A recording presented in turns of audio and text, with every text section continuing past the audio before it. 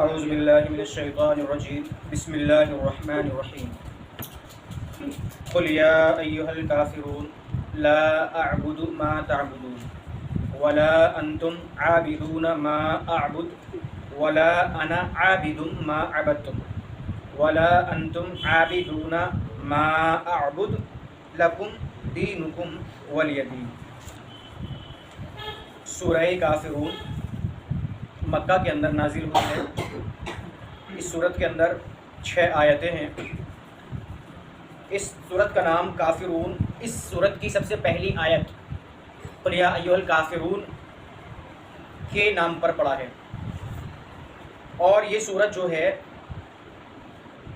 اس سورت کے نازل ہونے کا اپنا ایک الگ کانسیپٹ ہے، ایک پس منظر ہے، اور وہ پس منظر کچھ اس طرح ہے کہ کفار مشرکین یعنی مکہ کے کافر اور مشرک لوگ دونوں جب پوری طرح سے یہ لوگ آپ صلی اللہ علیہ وسلم کی دعوت سے پریشان ہو گئے کہ محمد صلی اللہ علیہ وسلم کی دعوت کو کیسے روکا جائے، اور محمد صلی اللہ علیہ وسلم جو ہے ہمارے معبودوں کی توہین کرتے ہیں، ہمارے معبودوں کو جھوٹا خدا کہتے ہیں اور اپنے ایک سچے خدا کی عبادت کے لیے کہتے ہیں۔ اب یہ بات جب ان کو زیادہ پریشان کرنے لگی تو وہ ابھی اتنے پریشان بھی نہیں ہوئے تھے کہ محمد صلی اللہ علیہ وسلم کو پوری طرح سے اپنے باتوں میں یا اپنے آفر میں اپنے بالکل ہار جاتے، بلکہ ان کا یہ ایک تھا کہ وہ ان کے پاس ابھی کچھ ایسے آفر یا کچھ ایسی ان کے پاس ابھی ہمت باقی تھی کہ ان کو یہ لگ رہا تھا کہ ہم محمد کو صلی اللہ علیہ وسلم اپنی طرف مائل کر لیں گے۔ اسی نظریے سے وہ کیا کرتے تھے، کبھی وہ محمد صلی اللہ علیہ وسلم کے پاس دولت کا آفر لے کے جاتے تھے کہ اے محمد تم اگر دولت کے خواہش مند ہو اور تمہاری یہ منشا ہے کہ دولت تمہیں دے دی جائے تو ہمارے خداؤں کو جھوٹا نہیں کہو گے، تو ہم تمہیں اتنی دولت دیں گے کہ مکہ کے اندر تم سب سے زیادہ امیر شخص بن جاؤ گے۔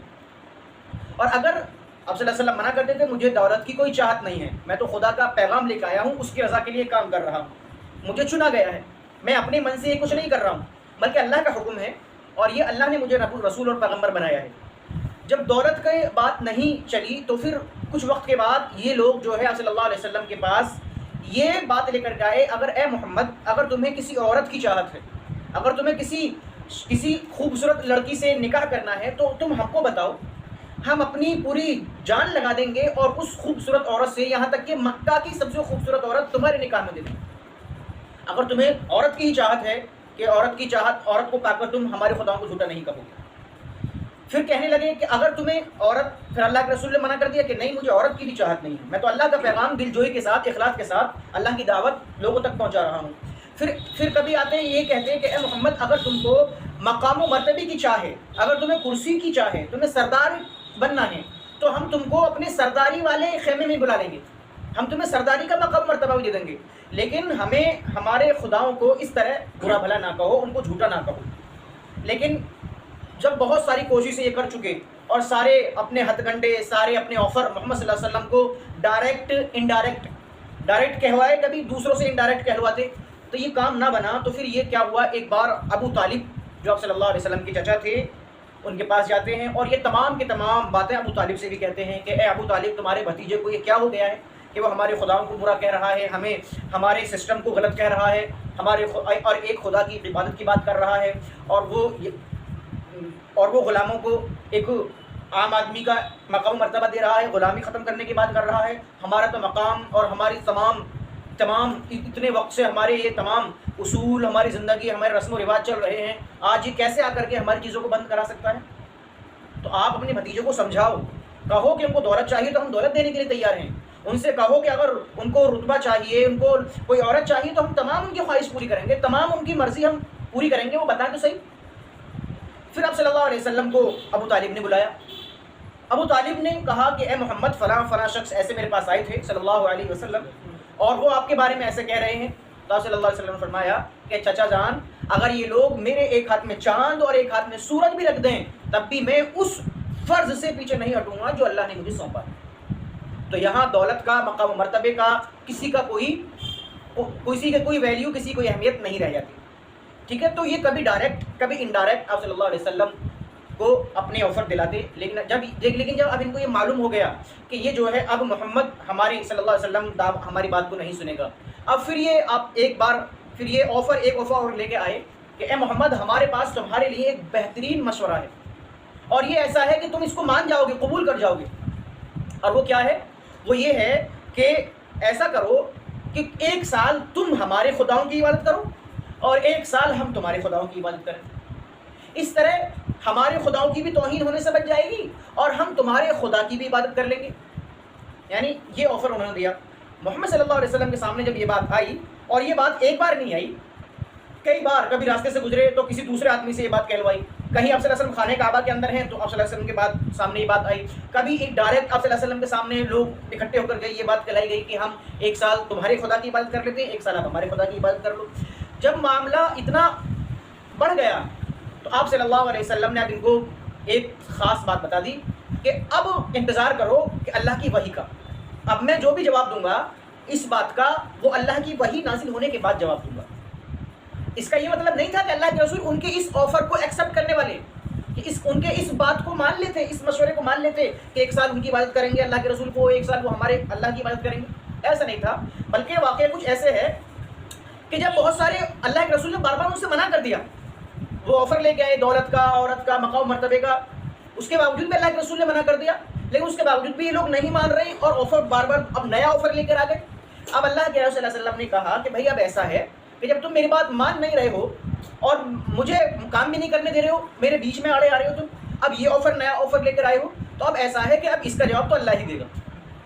بھائی ایسا ہوتا ہے نا کہ کسی ادھیکاری کے پاس جاؤ آپ، اور وہ ادھیکاری آپ کئی بار اس کے پاس جا چکے ہو اور وہ آپ کی بات جو ہے سرے سے منع کر چکا ہو، لیکن آپ بار بار جا رہے ہو اور اس بار نیا آفر لے کر گئے ہو، تو اب اس کو پتا ہے کہ وہ آپ کی بات نہیں مانے گا، لیکن وہ بھی پریشان ہو کر کیا کہتا ہے کہ اب آپ کا معاملہ میں بڑے ادھیکاری کے پاس ٹرانسفر کر دیتا ہوں جو مجھ سے اوپر ہے، وہ اسے بھی یہ پتا ہے اس ادھیکاری کو کہ بڑا ادھیکاری جو آئے گا اب وہ اس کا حکم میرے سے بڑا ہوگا، لہٰذا اس کی بات تو ماننی پڑے گی۔ تو یہی معاملہ ہوا اللہ کے رسول صلی اللہ علیہ وسلم کا بھی کہ اللہ کے رسول نے کہہ دیا اب جب تم نہیں مان رہے ہو اور جب تم میری ہر بات کو میرے کام کے بیچ میں آ رہے ہو، دعوت کے بیچ میں آ رہے ہو، تو اب جو مشورہ تم نے دیا ہے مجھے، یہ آفر اب ایسا ہے کہ اب اللہ کی وحی آنے دو اور اس وحی کا انتظار کرو۔ اللہ کی وحی جب نازل ہوئی تو یہ آیت، یہ صورت اس وقت میں نازل ہوئی، سورہ کافرون، ٹھیک ہے؟ یہ ہے اس صورت کے نازل ہونے کا کانسیپٹ، ٹھیک ہے؟ اب ہم اس صورت کی طرف آئیں گے کہ اس صورت میں ایکچوئل کیا جواب آیا اللہ کی طرف سے کافروں کے لیے کہ جو انہوں نے یہ آفر کیا تھا کہ محمد 1 سال تم ہمارے خداؤں کی عبادت کر لو، 1 سال ہم تمہارے خدا کی عبادت کر لیں گے۔ تو اس صورت کے اندر کیا کچھ اللہ تعالیٰ نے بیان کیا ہے اس صورت کے اندر اب ہم وہ جانیں گے۔ قل یا ایھا الکافرون، اے محمد صلی اللہ علیہ وسلم کہہ دو، قل کا مطلب ہوتا ہے کہہ دو، یا ایھا الکافرون کہ اے کافرو، ٹھیک ہے؟ آپ اے محمد صلی اللہ علیہ وسلم ان لوگوں سے کہہ دو کہ اے کافرو، یہاں سے آگے بات کہی جائے گی، اب سنو آگے کی بات کیا ہے۔ تو اے کافرو، تو پہلے تو ہم نے یہ بتایا تھا کہ اس اے کافرو کے تعلق سے آپ کچھ باتیں جان لیں۔ ایک تو بات یہ کہ یہ سب سے پہلا فریضہ ہے ہر مسلمان کا کہ سب سے پہلے تو اللہ کے رسول کہہ رہے ہیں اللہ کا یہ حکم، اور اس کے بعد جب یہ بات ہم تک پہنچے گی تو ہم کو یہ بات پہنچا دینا واجب ہے دوسرے لوگوں کو کہ سن لو، کیا سن لو؟ کہ جس کی تم عبادت کرتے ہو میں اس کی عبادت نہیں کر سکتا۔ یہ ایک تو سب سے پہلے، کیونکہ وحی کس پر نازل ہو رہی تھی؟ محمد صلی اللہ علیہ وسلم پر، تو سب سے پہلے محمد صلی اللہ علیہ وسلم نے یہ کافروں کو کہا، ٹھیک ہے؟ اس کے بعد اب اللہ کے رسول صلی اللہ علیہ وسلم کے بعد یہ قرآن کس پر آیا؟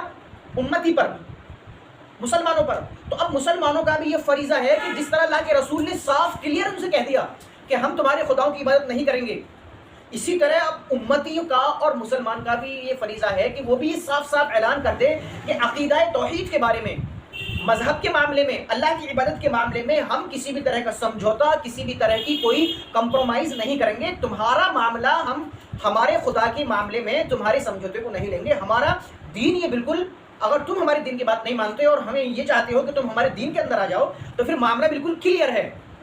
ہم تمہاری اس معاملے میں، ہمارا اللہ کا صاف حکم یہ ہے کہ اب ہم تمہارے ان خداؤں کی عبادت نہیں کریں گے یا ہم تمہارے اس دین پر نہیں چلیں گے جو دین کفر ہے، جو اللہ کے خلاف ہے، ٹھیک ہے؟ ایک بات۔ دوسری بات یہ کہ یہ جو کافرون کہا گیا ہے یہ اصل میں گالی نہیں ہے، یہ اصل میں کوئی بے عزتی کا ورڈ نہیں ہے. کافر کا مطلب ہوتا ہے، ایک تو ہوتا ہے مومن جس کو بولتے ہیں بلیور، جو اللہ تعالیٰ پر یقین رکھتا ہے، جو اللہ تعالیٰ کو مانتا ہے.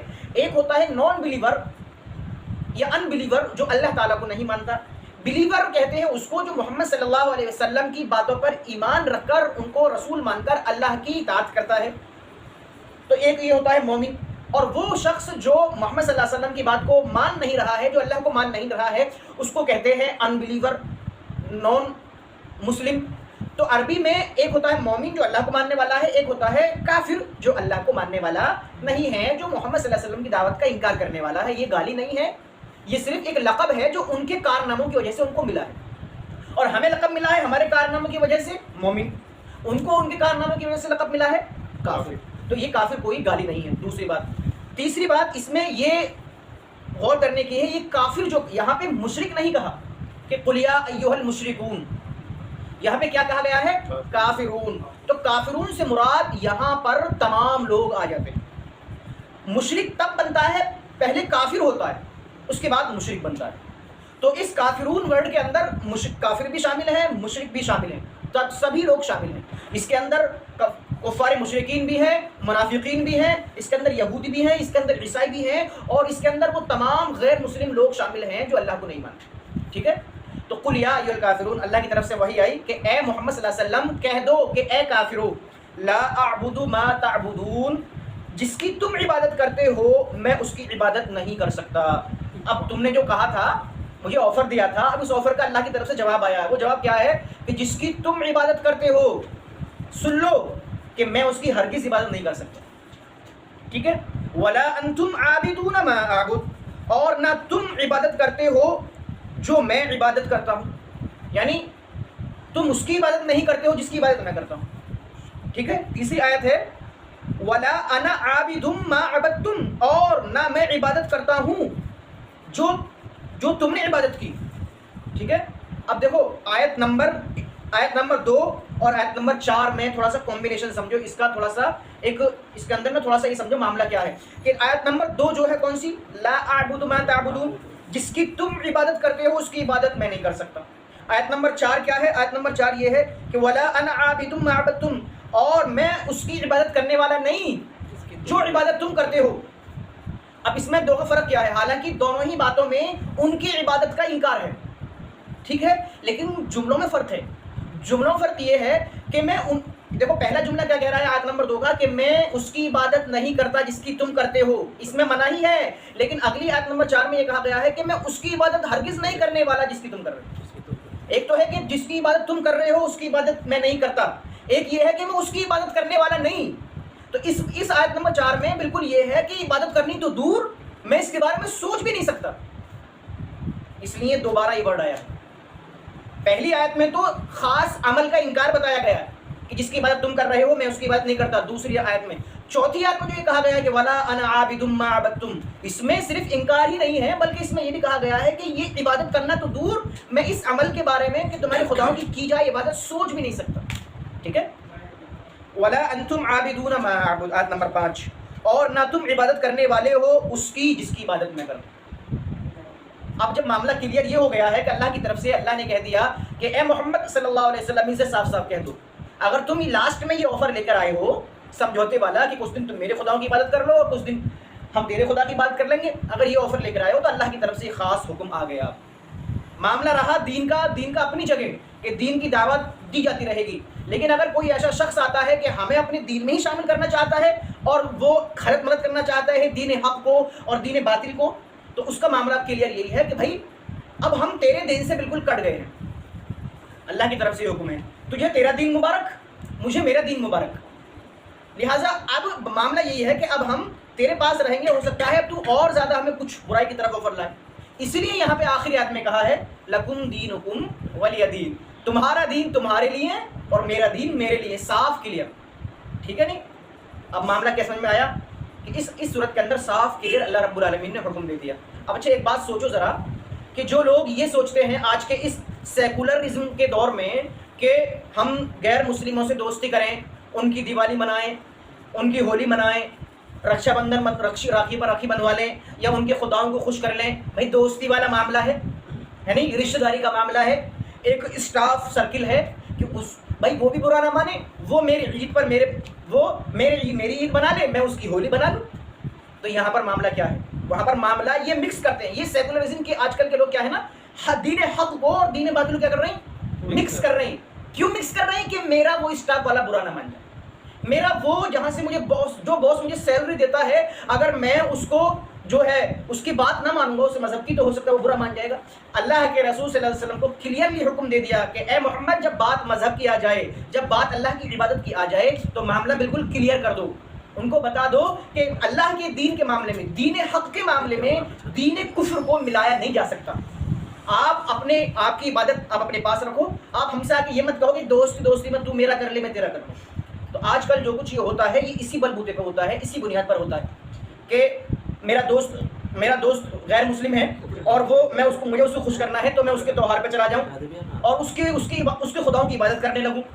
ٹھیک ہے، وہ بھی برا نہ مانے، اور پھر وہ میرے تہوار پر آ جائے، وہ میرے خدا کی بات کر لے، تو وہ بھی خوش اور میں بھی خوش. تو سیدھا بالکل وہی چیز ہے جو انہوں نے کہی. تو ایسے معاملے میں اللہ کے رسول کو کیا حکم ملا، امت کو کیا حکم ملا؟